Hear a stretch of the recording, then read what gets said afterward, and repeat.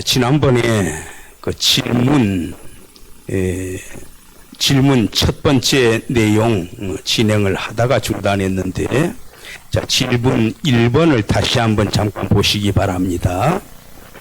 10절에 볼 것 같으면은 그 힘의 능력으로 강건하여지고, 그 힘의 능력이라고 되어 있는데, 그 우리말 성경, 이 번역 성경에 앞으로 좀 각별히 번역하시는 분들이 좀 신경을 써야 될 부분이에요. 우리말은 좀 애매한 부분이 있습니다. 그 힘이라고 할 때, 여기에 그라고 하는 용어가 영어식으로 표현할 때 THE 정관사, 헬라어는 부정관사가 없습니다. 영어에는 어은, 그 다음에 정관사 더가 있는데 헬라어에는 전부 정관사예요. 부정관사가 없습니다. 그래서 그 정관사, 바로 그 힘으로 그러한 의미로서의 그를 의미하는지, 아니면 3인칭 단수 소유격으로서 그의 힘, 그의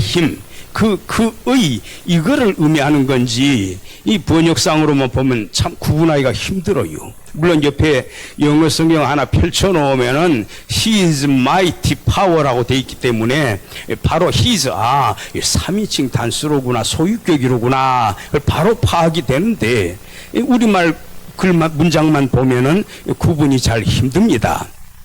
그래서 이 부분을 번역할 때도 그 힘의 능력으로 이렇게 번역하지 말고 그의 힘의 능력으로, 이러면 참 쉽게 와닿잖아요. 주님의, 앞에 말한 주 안에서 그랬으니까 주님의 힘, 이걸 좀 풀어서 설명하면 주님께서 너에게 공급해 주시는 힘, 이걸 의미하는구나, 바르게 와닿지 않습니까? 그래서 여기에 그 힘이라고 하는 것은 주님의 힘의 능력을 말합니다. 주님께서 가지신 힘은 전능하지요. Almighty Power예요. 그 전능하신 힘, 그 힘으로, 힘의 능력으로 우리에게 공급을 해 주시어서 우리가 강건할 수가 있게 되는구나, 이 문장이 그런 의미가 되겠습니다. 그리고 질문 1번에 답을 뭐라고 적었지요? 그때 예수님께서 베풀어 주시는 힘의 능력, 그런 정도로 적어 놓으세요. 풀어가지고 예수님께서 베풀어 주시는 힘의 능력, 또는 공급해 주시는 힘의 능력, 그렇게 적으면 무난할 것 같습니다. 그 다음에 강건하여지고, 이 단어는 거기에 보면 이제 우리말이나 영어나 보면은 능동태가 있어요. 내가 뭐뭐 하겠다, 요거는 능동태지요. 또는 하나님께서 나를 의롭게 하신다, 나는 그래서 의롭다함을 받는다, 이거는 수동형이라고, 수동태라고 표현합니다. 그러니까 남이 나한테 영향을 끼쳐주는 경우지요. 내가 스스로 하는 것이 아니라. 그리고 헬라어에는 한 가지 독특한 게 있어요. 거기 제가 써놨는데 중간태라고 하는 것이 있습니다. 중간태라고 하는 것은 자기가 어떤 행동을, 능동태로 생각하세요. 자기가 자기 자신에게 어떤 행동을 자기 자신이 능동적으로 힘을 취하는데, 그 능동적으로 누구한테 힘을 취하느냐, 영향을 미치느냐, 나 자신에게. 그 대표적인 문장으로 학교에서 공부할 때 그 문장을 많이 들어요. 네가 너 자신을 죽이는 거예요. 예를 들어서 죽이는데 너에게 영향을 미치는 거, 너 스스로. 그건 뭡니까? 우리말로 쉽게 표현하면 자살이 되는 거지요. 그런 경우를 능동태라고 합니다. 그래서 여기에서 강건하여지고, 우리말 번역상으로 보면은 수동태처럼 보이지요. 강건하게 되어지고, 이제 이런 의미니까. 내 원문에는 중간태로 되어 있다. 힘의 능력을 공급해 주심으로써 너 스스로 강한 존재가 되어라, 이제 그런 의미가 되는 거예요. 아주 그 적극성을 굉장히 강조하는 표현입니다. 그 다음에 질문 2번으로 가가지고 여기 동그라미 1번 하다가 조금 중단을 했었어요. 신자가 영적으로 강해지는 비결이 뭐냐, 그 10절 위에 10절 끝부분에 강건하여지고 그랬잖아요. 그래서 물론 그 앞부분에 보니까 주 안에서와 그의 힘의 능력으로, 그래 이게 빠져버리면은 절대로 내가 강건해질 수가 없다라는 겁니다. 그래서 거기에 답을 세 가지로 제가 요구를 했습니다. 그 10 해놓고 A 써놓은 거는 A자는 상반부, 절이 조금 길다든지 또는 필요에 따라서 나누어야 된다라든지 그럴 경우에 앞쪽에 있는 거는 A자, 후반부 같은 절 안에서 후반부에 있는 경우에는 B 또는 이제 우리말로 표기할 때는 10 그래놓고 상, 어떤 한자로는 윗상자를 쓰는 경우도 있어요. 또는 10 해놓고 하 또는 아래 하자를 쓴다든가, 영어로 표기할 때는 일반적으로 A, B 이런 식으로 표현을 합니다. 그래서 10절 상반부에 보시기 바랍니다. 끝부분에는 강건하여지고 그랬지요. 근데 그 앞전에 뭐가 기록됐습니까? 뭐가 전제가 돼야 됩니까? 강건해지려면은 주 안에 있어야 되는 거예요. 주님을 떠나면 절대로 강건해질 수가 없다. 주님을 의지해야 된다라는 거죠. 주님이 이렇게 쳐놓은 울타리, 너 요 안에 있어야 한다. 울타리를 쳐놨잖아요. 그 안에 들어가 있어야 되지. 그 명령을 어기고 밖으로 빠져나가서 내 힘으로 좀 뭔가 해보겠다. 100이면 100, 1000이면 1000 다 실패합니다. 이룰 수가 없어요. 그래서 여기에 어떻게 해야 내가 강건해집니까? 첫째로는 주 안에서. 설교를 할 때에도 이 강사님 계십니다만은 설교를 할 때에 여기 10절만 가지고도 설교가 가능해요. 상황에 따라서 좀 짧게 간단하게 설교를 한다든지 그럴 때에. 그래서 내가 어떻게 해야 강건해집니까? 첫째 대지로 주 안에 있어야 합니다. 그래가지고 제가 그 포도나무 비유 지난번에 말씀드렸죠. 성경 다른 곳에서 몇 군데 이렇게 또 이렇게 읽어줘가지고 그 부분하고 연결해가지고 한 두세 군데 정도만, 그러면은 충분히 이게 한 대지가 완성이 될 수가 있어요. 두 번째는 뭡니까? 그의 힘의 능력을 받아야 된다. 예수님께서 공급해 주시는 힘의 능력을 받아야 된다. 권능을 받아야 된다 그 말입니다. 이게 능력하고 권능이 똑같은 단어라 그랬지요. 디나미스. 지난번에 이제 설명을 드렸습니다. 그리고 10은 뭡니까? 11절로 연결이 되는데, 물론 같은 맥락입니다만은 뭘 입어야 됩니까?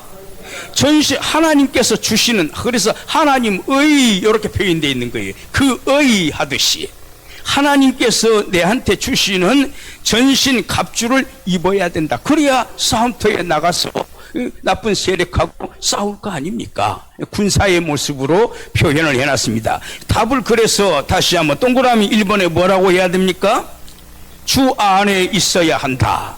둘째는 뭡니까? 동그라미 2번에는 그의 힘의 능력을 받는다. 셋째는 11절에 있는 말씀, 전신, 그렇죠, 하나님의 전신 갑주를 입는다. 바로 이러한 사람이 영적인 싸움에, 그 부분은 제가 뒤에 또 설명하겠습니다. 영적인 싸움에서 전쟁을 치러가지고, 전투를 치러가지고 이길 수가 있다라고 하는 거예요. 자, 그러면은 먼저 주 안에 있어야 한다. 이 부분을 그때 하기는 했는데 조금 더 제가 보완을 할게요. 요한복음 15장. 자, 요한복음 15장. 요한복음 15장. 자, 15장 그 4절에 보면은 이렇게 말씀합니다. 그 사실은 우리가 지금 읽어보지는 않겠지만은 보십시다. 그냥 보는 게 좋겠네요. 2절부터만 봐도 될 것 같습니다. 그 앞부분에는 아버지가 농부고 또 나는 참 포도나무, 예수님은 참 포도나무고 1절에 예수님은 그 나무를, 하나님은 그 나무를 가꾸어 주시는 농부다. 이렇게 일단 비유를 했습니다. 그리고 나서 2절에 무릇 내게 있어. 여기에 나는 누굽니까? 나에게 있어서 예수님. 그러면 예수님은 여기에서 어떤 위치지요? 1번하고 연결 지어보면 포도나무. 아버지는 농부고요. 예수님은 포도나무인데 무릇 나한테 있어서 이걸 좀 1절하고 연결 지어가지고 해석을 하면은 무릇 포도나무인 나에게 있어, 나하고 함께 있어서, 붙어 있어서 과실을 맺지 아니하면, 물론 여기에서의 과실은 포도 열매가 되는 거지요. 맺지 아니하는 가지는 아버지께서, 농부이신 아버지께서 이렇게 쫙 관찰을 해보고, 요거는 이 열매를 통 맺지를 못하네, 너 쓸모없는 가지다, 어떻게 해버립니까? 잘라내버린다 그 말이에요. 무릇 과실을 맺는 가지는 단단하게 잘 붙어 있어가지고 그 과실을 맺게 하려 하여 이를 깨끗하게 하시느니라. 그래서 농부가 가지치기도 잘 해주고, 또 해충이 붙어 있으면 뭐 약을 치든지 해가지고 다 이렇게 씻겨 내리게 하고, 그래서 그 가지가 튼튼하게 더 잘 자랄 수 있도록 농부가 아주 애를 쓰게 됩니다. 바로 그 모습을 말하는 거예요. 너희는 내가 일러준 말로 이미 깨끗하였으니, 너희는 내한테 붙어있는 포도나무, 예수님을 포도나무에 비유를 했어요. 포도나무인 내한테 깨끗한 모습으로, 병충해도 없고 병든 것도 없고 흠집 난 데도 없고 깨끗한 모습 가지가 돼가지고 나한테 붙어 있는 존재다 그 말이에요. 참 복된 존재지요. 이게 쓸모없다 해가지고 하나님 아버지가, 농부가 그걸 잘라내버리면 이 얼마나 비참합니까 이게. 3절에 보십시다. 4절에 보십시다.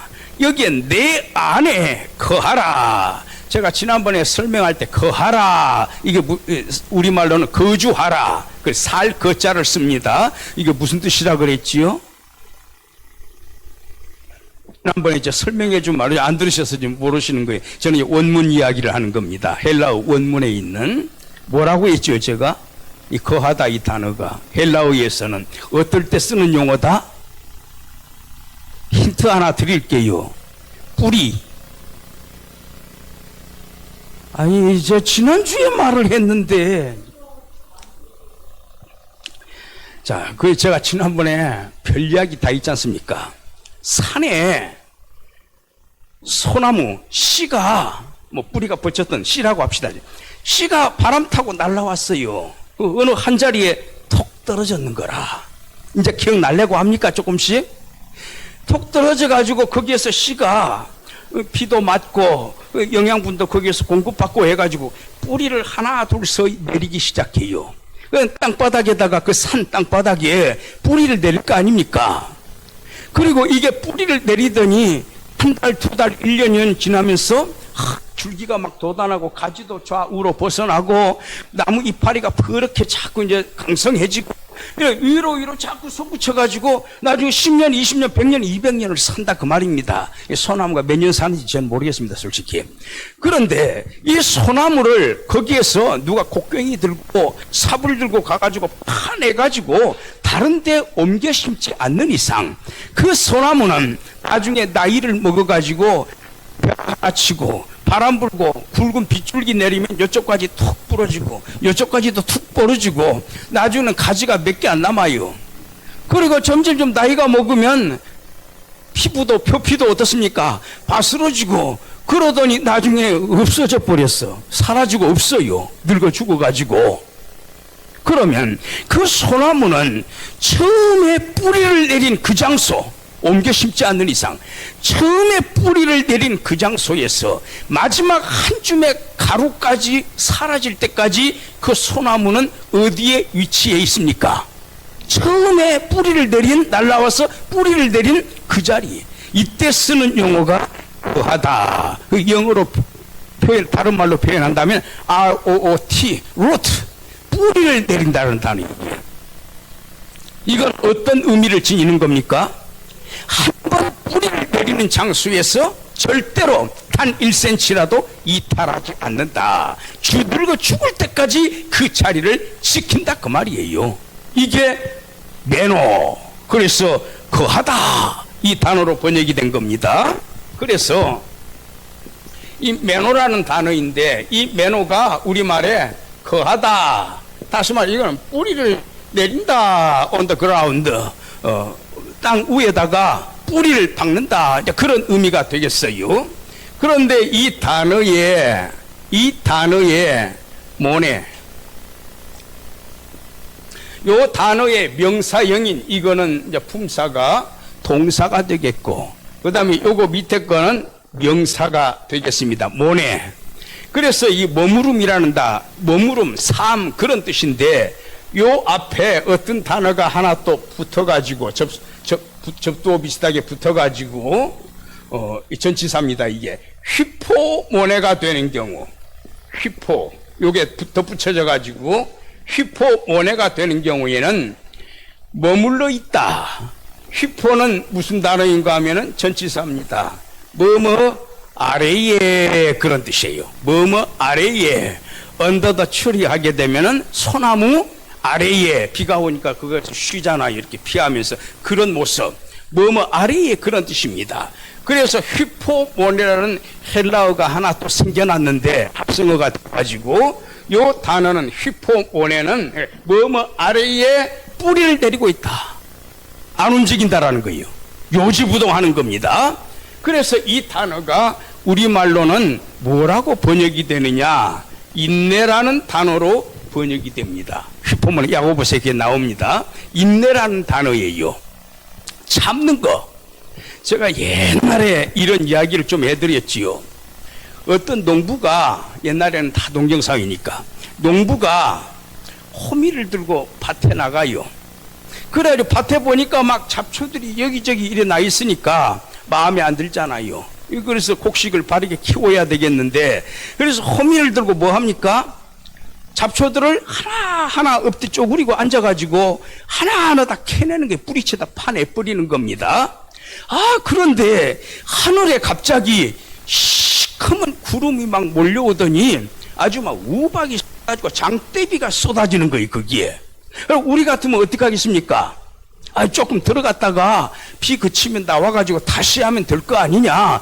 우리는 그렇게 생각하는데, 이 농부가 도대체 생각이 있는 사람인지 없는 사람인지 미련한 사람인지 뭔지는 모르겠지만, 비가 오든 벼락이 치든 우박이 떨어지든 상관없이 그 밭에서 이탈하지 아니하고 다 일 끝낼 때까지 호미로 계속 뿌리를 뽑아내면서 잡초들을 뽑아내면서 일을 합니다. 저 위에서는 막 벼락이 치고 비가 내리는데, 그런데 그 밑에서, 벼락 치는 밑에서, 비가 내리는 밑에서 그 자리를 어떻게 하는 겁니까?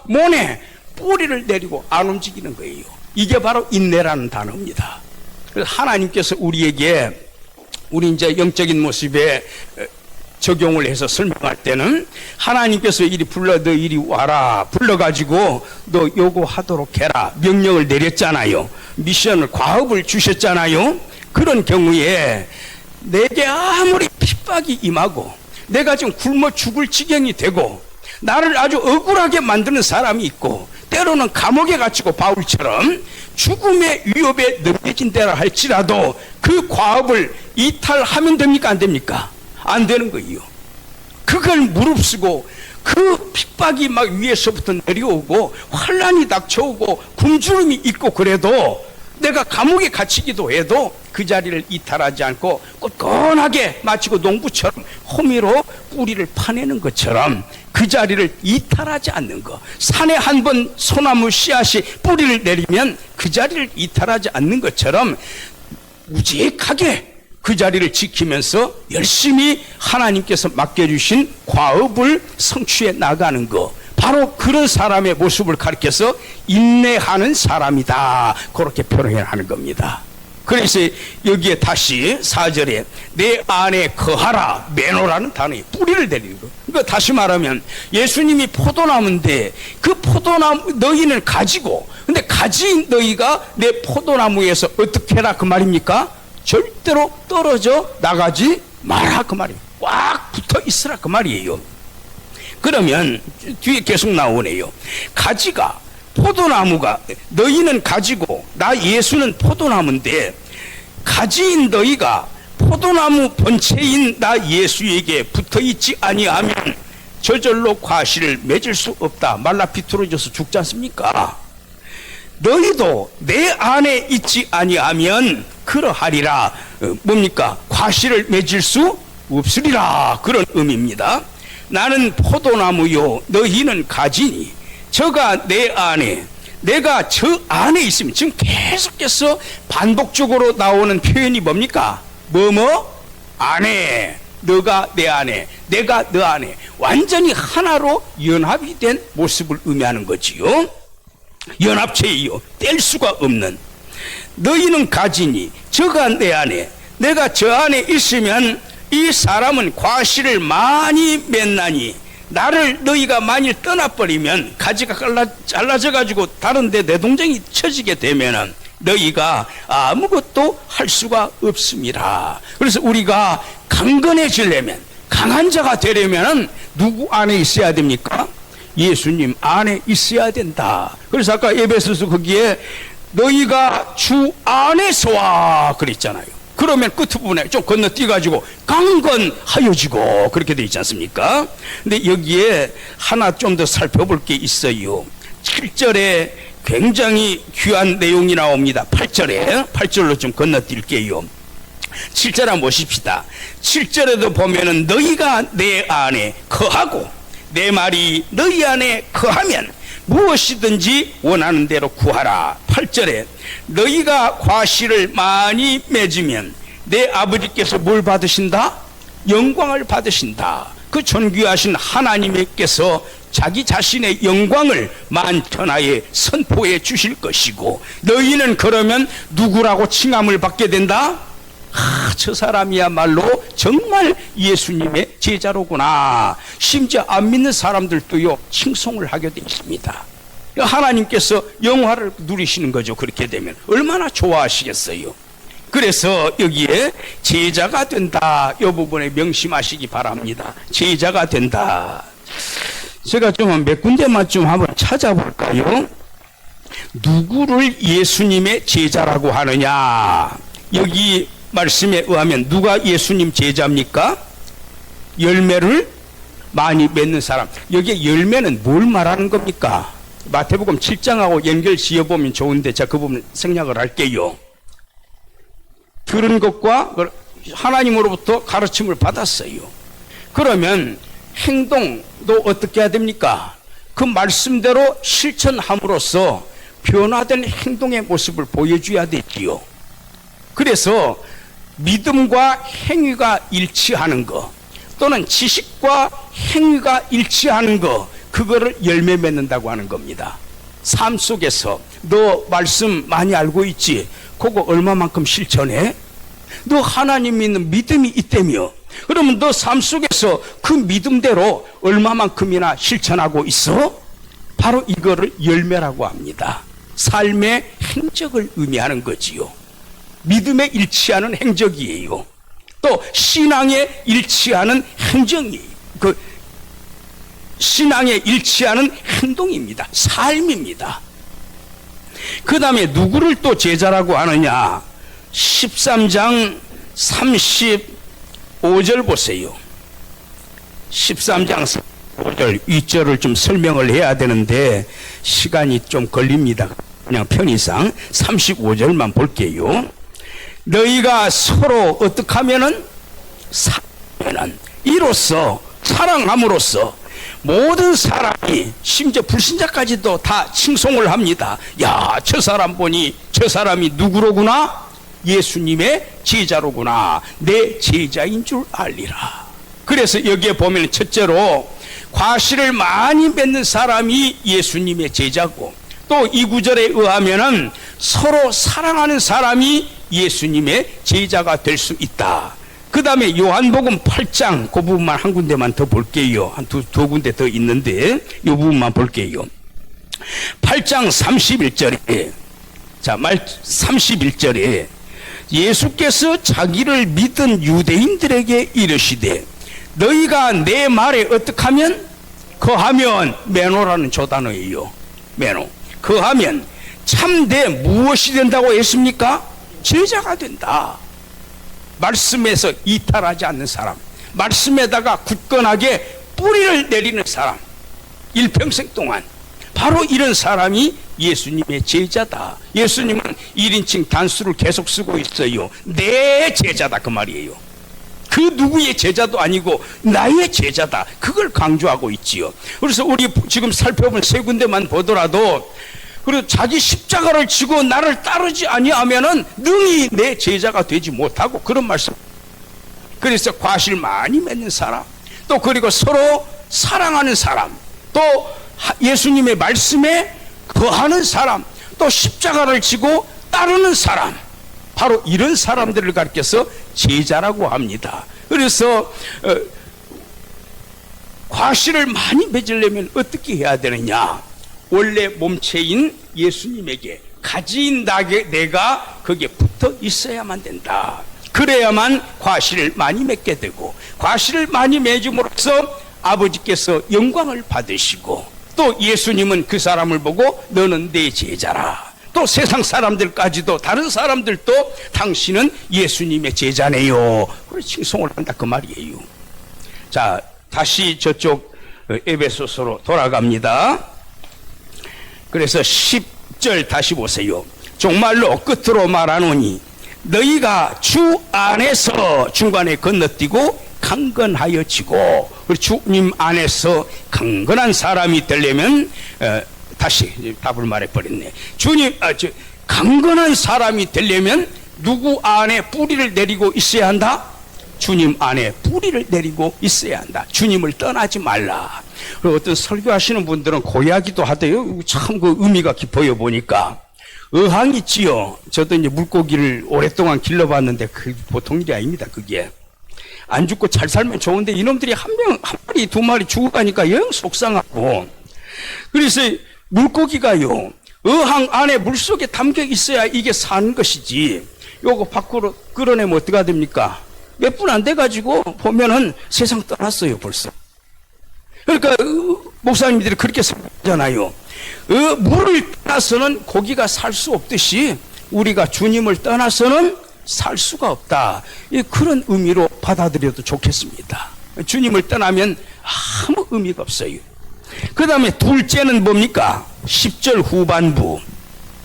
10절 후반부. 그 힘에 능력을 받아야 한다. 문장을 끊어가지고 이렇게 분석을 하는 겁니다. 그 힘의 능력을 받아야 된다. 힘의 능력을 받아야 된다. 여기에 능력이라고 하는 게 뭐라고 그랬지요? 지난번에 제가 설명을 드렸습니다. 디나미스라는 단어입니다. 이 능력이라는 단어가 디나미스. 그래서 여기에 제가 써놨을 텐데 그 1번에 보세요. 엔 디나모라고 돼 있지요. 그 N이 앞에 붙어 있는 거예요. 디나모는 디나미스의 동사형입니다. 명사가 디나미스고, 그래서 이게 엔 디나모 하게 되면은 능력을 공급한다는 뜻이에요. 능력이 있게 만들어준다, 그런 뜻입니다. 이게 N, 요 단어가 영어로 말하면 im이에요. embody, E-M-B-O-D가 embody 하면은 육체를 부여한다, 그런 의미 아닙니까? 그래서 뭐뭐가 되게 한다. 여기 디나모, 이것의 명사형인 디나미스가 무슨 뜻이라 그랬습니까? 능력, 권능 또는 기적. 옛날에는 또는 이게 어떤 때도 쓰는 거 하면 문장에 어느 문장에 쓰였느냐에 따라서 큰 군대들 있죠. 군사들, 뭡니까?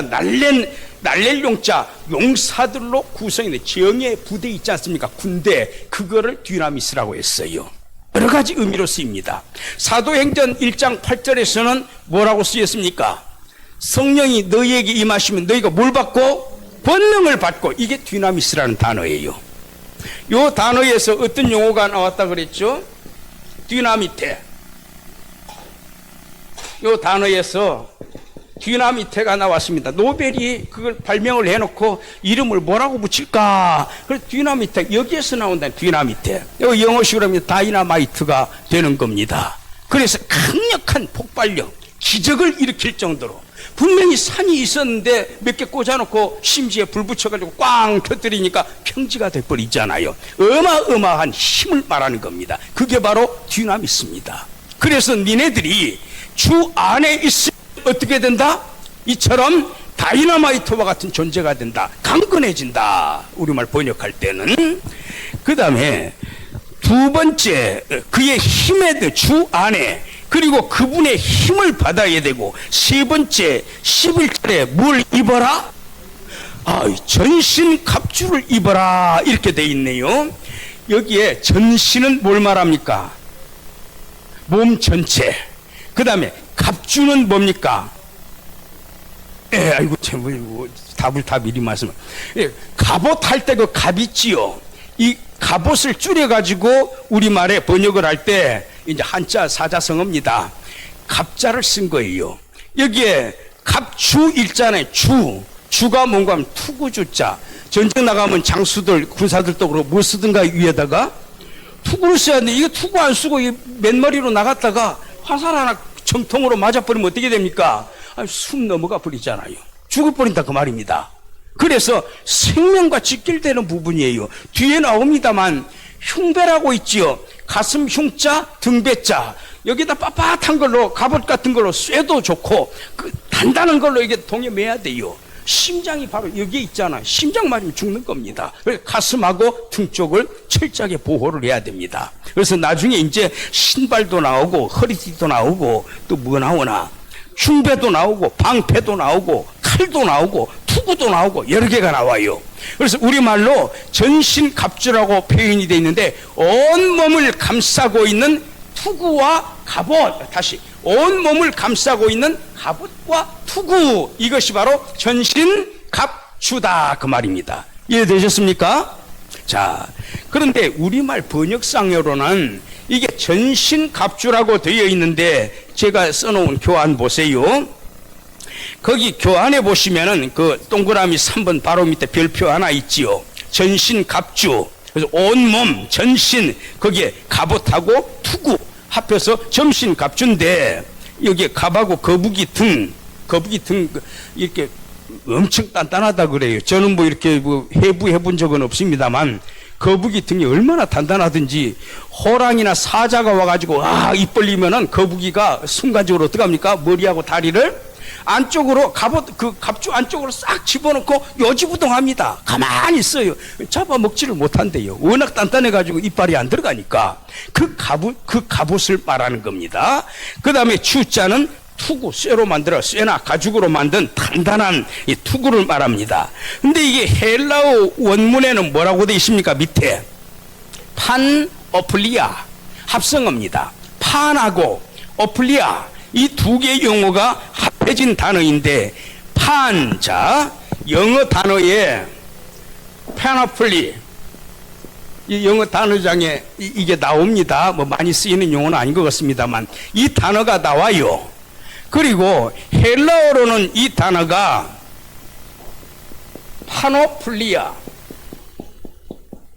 그래서 이 영어의 파노플리라는 요 단어가 헬라어의 파노플리아라는 요 단어에서 발음이 거의 비슷하잖아요. 요 단어에서 나온 겁니다. 말뿌리가 헬라어에 있는 겁니다. 실제 순수한 영어는 아마 30%도 안 될 겁니다. 다 70% 이상은 외국말을 자기 나라 말로 소화해 가지고 그걸 외래어라고 하잖아요. 자기 나라 말처럼 쓰고 있는 거지요. 그래서 여기 헬라어의 판이라는 단어하고 그 다음에 오플리아라는 단어가 두 개가 합해져서 된 말이에요. 여기에 판이라고 하는 것은 all 또는 everything 모든 것을 의미하는 단어입니다. 그래서 바울 선생님이 이렇게 말씀을 하시지요. 권고를 하시지요. 범사에 기뻐하라 또는 범사에 감사해라 이 표현이 나오지요. 또는 아버지께서 내게 요한복음에 아버지께서 내한테 모든 것을 주셨으니 심판할 권세가 있다. 인자인 나에게 주셨으니 내가 심판할 권세가 있다. 그게 모든 것. 그리고 범사에 할 때 범 이게 바로 판이라는 요 단어입니다. 모든 것. 우리가 영어로 표기할 때 판코리아 그러면 이게 뭐가 됩니까? 한국 전체를 말하는 게 범한국, 전한국, 언제나 진짜 전한국을 의미하는 단어예요. 영어화돼 가지고 접두어로도 쓰이고 또 이런 아예 영어 합성어 자체가 영어화되기도 하고요. 그래서 판이라는 것은 모든 것이라는 뜻이고 그 다음에 오플리아는 그게 뭐라고 써놨습니까? 오플론이라는 단어인데 도구, 그 다음에 무기, 그리고 기구, 또는 무장 이런 것들을 의미하는 단어입니다. 근데 전쟁터에 전쟁의 군사들이 임하면서 활 하나만 달랑 들고 가면 됩니까? 그 무기 한 개만 들고 가면 됩니까?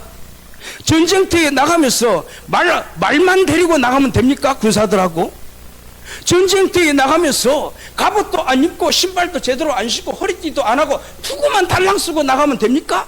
안 되잖아요. 그러면은 전쟁터에 나가려면은 투구도 있어야 되고 칼도 있어야 되고 방패도 가져야 되고 허리띠 신발 갖춰야 되고 활도 있어야 되고 화살도 있어야 되고 또 기병대 같으면 말도 있어야 되고, 그래서 하나를 세트로 만드는 거예요. 완벽하게 부족함이 없는 세트로 만드는 겁니다. 이게 바로 뭡니까? 파노플리아라는 단어예요. 파노플리아. 세트를 이루는 것. 하나라도 어떤 무기도 빠지지 아니하고 부족함이 없이 이 정도면은 지금 전쟁 바로 치를 수가 있다. 그래서 먼저 군수들이 화살을 막 날려보내잖아요. 그 다음에는 기병대들이 신범해가지고 다 싹쓸이를 만들어 버리잖아요. 그 다음에는 나중에 누가 와 하고 나갑니까? 보병들이 죽을 힘을 당해서 공격을 하지 않습니까? 보병은 보병답게 무장을 해야 되고, 기병은 기병답게 무장을 해야 되고, 군수는 군수답게 무장을 해야 됩니다. 완전히 군대 전체가 세트를 이루어야 돼요. 활이 없다든지 포가 없다든지 창이 없다든지 그러면 안 된다 그 말입니다. 한 사람만 놓고 보더라도 완전 무장은 뭡니까? 투구 딱 쓰고 장수를 연상해 보세요. 갑옷 딱 입고 신발 튼튼한 거 신고 손에 오른쪽에는 칼 들고 왼쪽에는 방패 들고 이러고 나가야 싸움을 할 수가 있는 거죠. 그래서 한 사람이든 군대 전체든지 간에 부족함이 없이 완벽하게 조목조목 무장을 다 갖춘 거, 이거를 파노플리아라고 하고, 우리말 번역에는 뭐로 되어 있다? 전신갑주라고 번역이 되었다. 됐습니까? 예, 오늘 여기까지 이렇게 하도록 합니다. 예.